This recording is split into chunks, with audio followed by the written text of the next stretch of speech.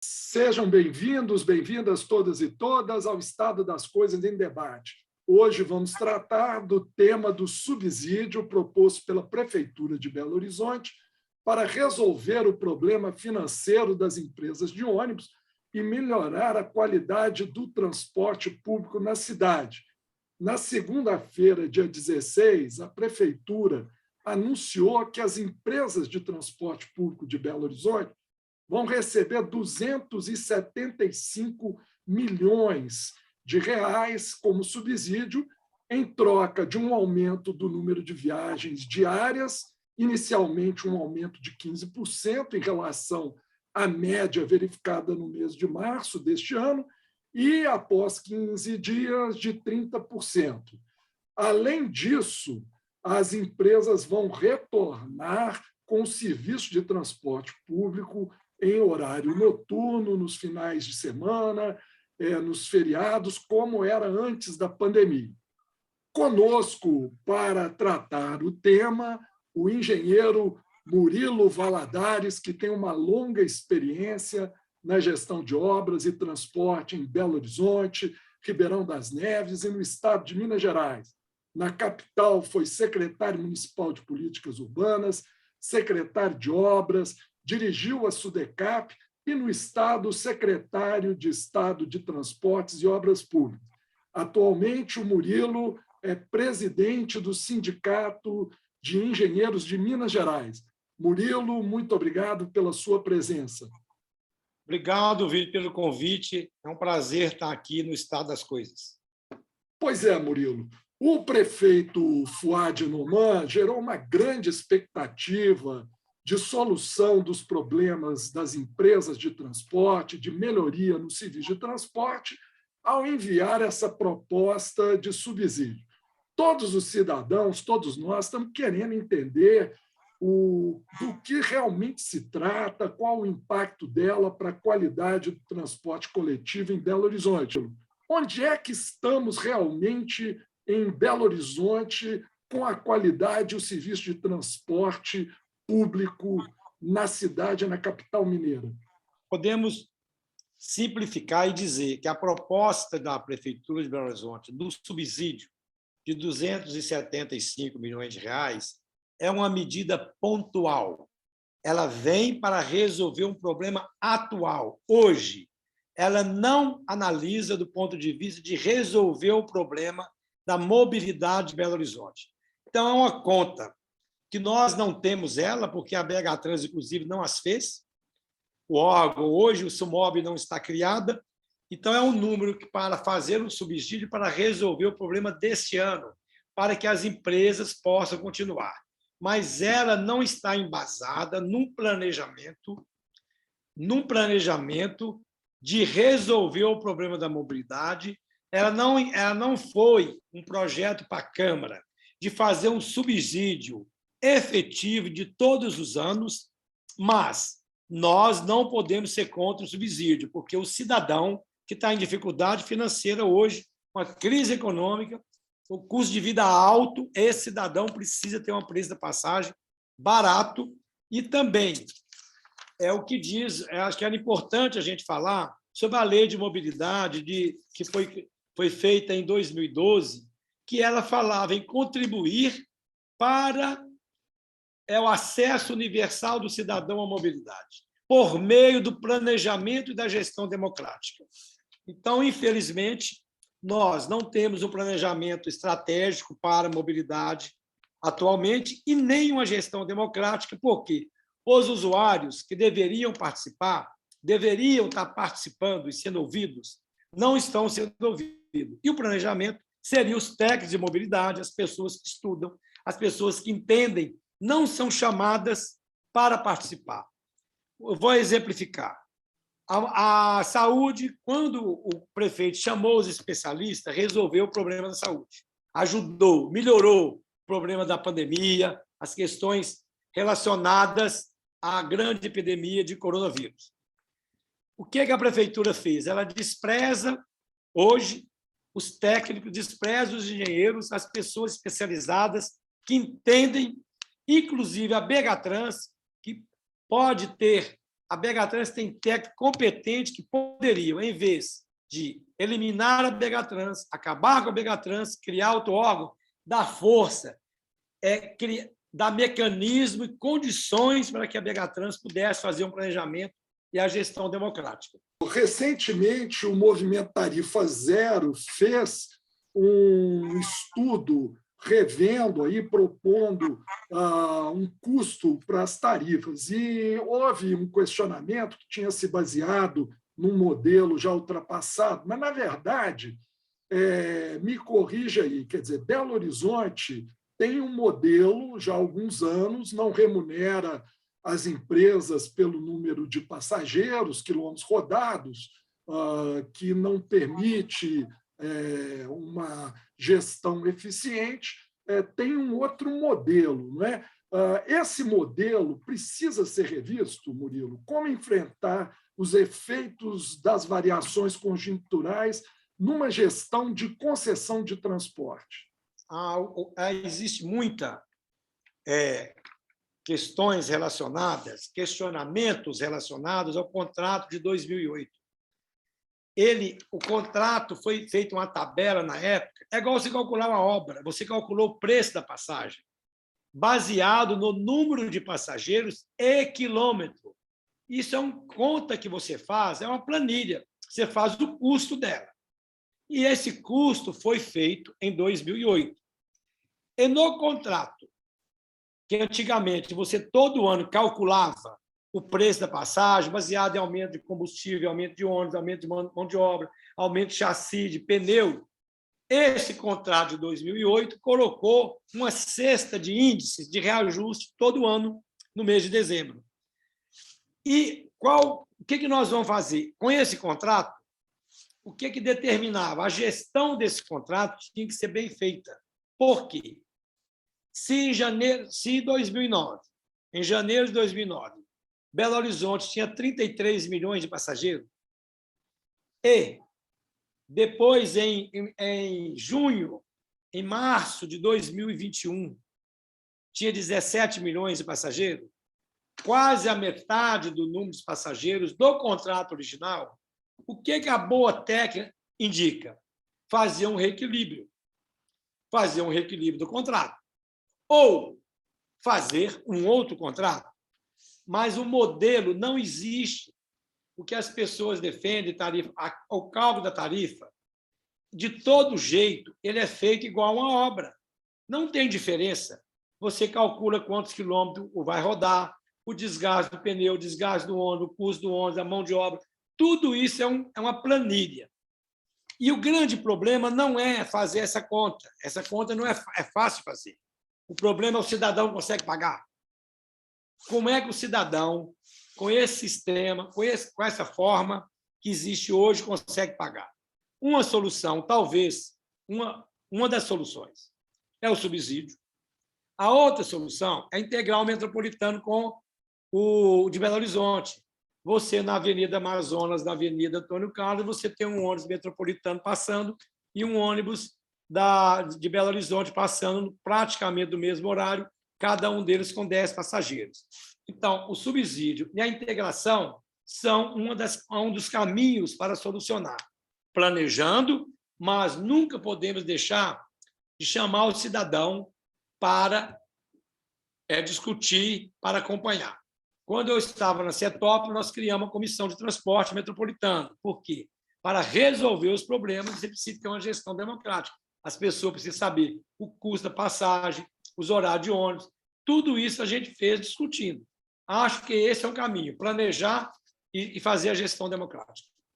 Você acabou de mencionar aí, né, o número de passageiros transportados, os dados da BHTrans, referentes a esse momento da pandemia, mostram que em março de 2020, o mês anterior ao início da pandemia, tinha 21 milhões e meio de passageiros transportados. Despencou em abril para 9 milhões naquele ano. Em 2020, passou, né, para o patamar aí 16, 17 milhões, como você já falou. atualmente está em torno de 19 milhões. Isso, com certeza, foi decisivo para agravar a condição financeira das empresas, não foi?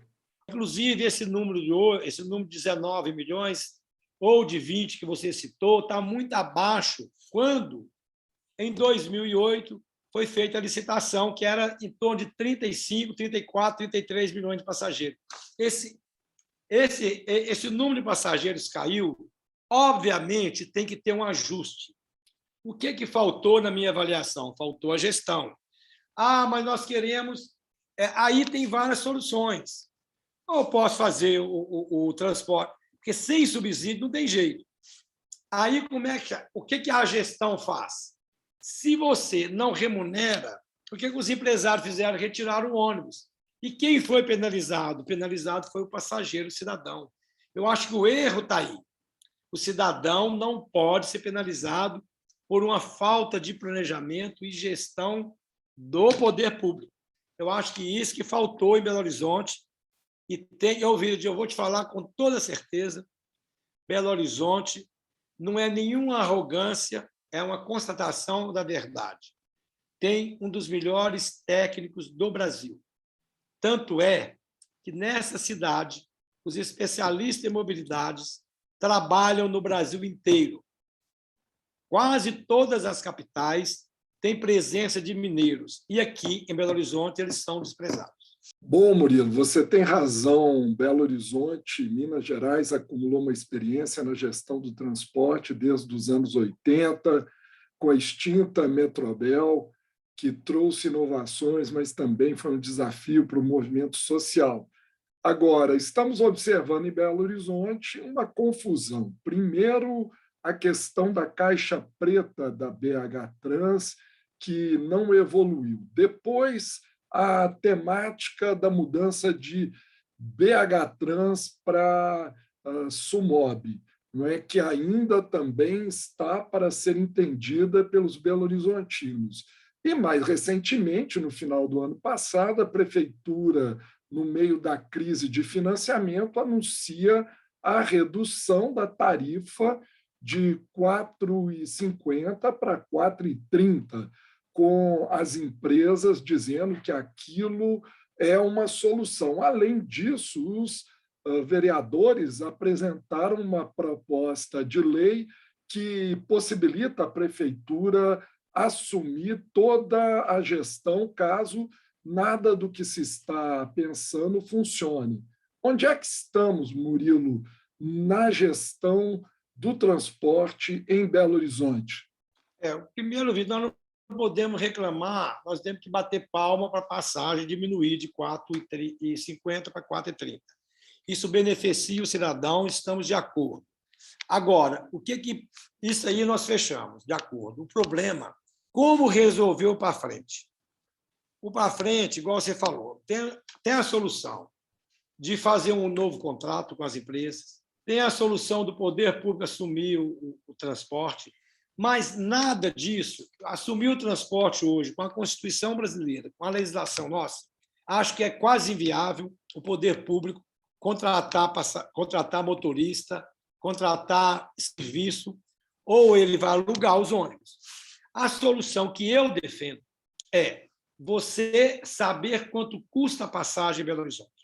Esse preço é fácil fazer, baseado, a gente tem as planilhas, baseado no número de passageiros, baseado em número de ônibus, é possível você fazer o custo real da passagem. E aí, a gente fazer o subsídio. O subsídio tem vários tipos de proposta. Ou aumentar o preço da gasolina que ninguém aguenta mais, ou colocar o dinheiro do IPTU que ninguém quer. A minha tese, eu sempre vou defender que o subsídio deveria ser os equipamentos. Eu acho que o poder público, em algumas cidades dos Estados Unidos existe, Campinas, a cidade de São Paulo, alguma cidade de São Paulo, está tentando fazer isso, que é a cidade de São Paulo está tentando alugar. O poder público compra os ônibus, repassa esses ônibus para a iniciativa privada, você vai fazer uma concessão da operação só. O bens de capital, o poder público entra. porque o poder público pode comprar mais barato, o poder público sabe comprar, é um custo mais barato, dá em torno de 20% de subsídio. É esse o subsídio que a população quer? É esse subsídio acertado com a gestão democrática, com o cidadão? Ou é mais? Se for esse o número, o melhor sistema o melhor para mim é comprar os ônibus. Você pode dar dinheiro? Pode. São Paulo faz o subsídio dando recurso, calcula o preço da passagem, você calcula quanto o valor da passagem, o que falta. Vamos imaginar que faltava 20 centavos, você multiplica por número de passageiros mês, o poder público paga isso lá em São Paulo para os empresários. Eu acho que pagar dinheiro não é uma solução boa. Eu prefiro você comprar os ônibus, o bens de capital ser do poder público. Existe também a outra solução, é o poder público, igual nós estamos falando aqui, é o poder público assumir, né, o sistema de transporte. E o poder público tem duas maneiras, concessão ou ele próprio comprando ônibus. Eu acho que a melhor solução é a cooperação. A minha tese é de defender que a iniciativa privada devia continuar a cooperação e o poder público dando subsídio de bens de capital. Caminhando aqui para o encerramento da nossa conversa, queria que você fizesse uma breve reflexão, porque nós temos esse problema com soluções, como você está nos trazendo, de busca do subsídio para Belo Horizonte, mas é um problema nacional, não é? Quando a gente vai nas notícias do país, Curitiba, Rio de Janeiro, Belém, Salvador, só em 2022 tiveram algum tipo de problema com o transporte coletivo urbano. Você acha que essa agenda é uma agenda importante na pauta do próximo governo que o país vai eleger para conduzir os negócios nacionais? Eu não só acho como deveria ser, porque senão vai ficar desregulamentado o sistema de transporte brasileiro, o sistema das cidades. Acho que o governo tem muitas condições de criar mecanismo de subsídio de parte dos impostos. Eu acho que não tem, eu não gostaria, eu não defendo aumentar imposto, eu não sou dessa tese. Ter algum mecanismo de subsídio, com financiamento de compras, ter alguma solução para o transporte. E aqui em Belo Horizonte, eu vou me ater mais a Belo Horizonte. Acho que, na minha avaliação, já falei isso antes, então não é novidade, não concordo com a criação da SUMOB, acho que tem que reforçar o órgão que existe, tem mais de 1.000 funcionários, um órgão de transporte, ser abandonado e quem paga é o povo, porque você abandona, os funcionários ficam desprezados, entram em crise, não resolve o problema da cidade, as pessoas ficam insatisfeitas e a solução da SUMOB vai demorar. E criar a SUMOB, se não tiver um novo tipo de contrato, um novo tipo de concessão, ou uma nova forma de cálculo da tarifa ou de subsídio, não vai adiantar. Então, a minha defesa hoje acho que o governo federal tem condições de criar forma de subsídios, de criar mecanismo de subsídio para o transporte e a gente centrar em Belo Horizonte naquilo que já existe, que está funcionando, que é a BH Trans. E aí, Vila, sinto muito, engenheiro é muito prático, mas eu vou ter que falar, se não tiver planejamento e gestão democrática, nós não vamos resolver, não adianta. O planejamento só não resolve, porque sem povo não tem jeito. A gestão democrática é muito boa, mas tem que ter gente pensando como fazer e como resolver. Então, a minha fala final é: vamos fazer um planejamento com gestão democrática nas cidades e no país.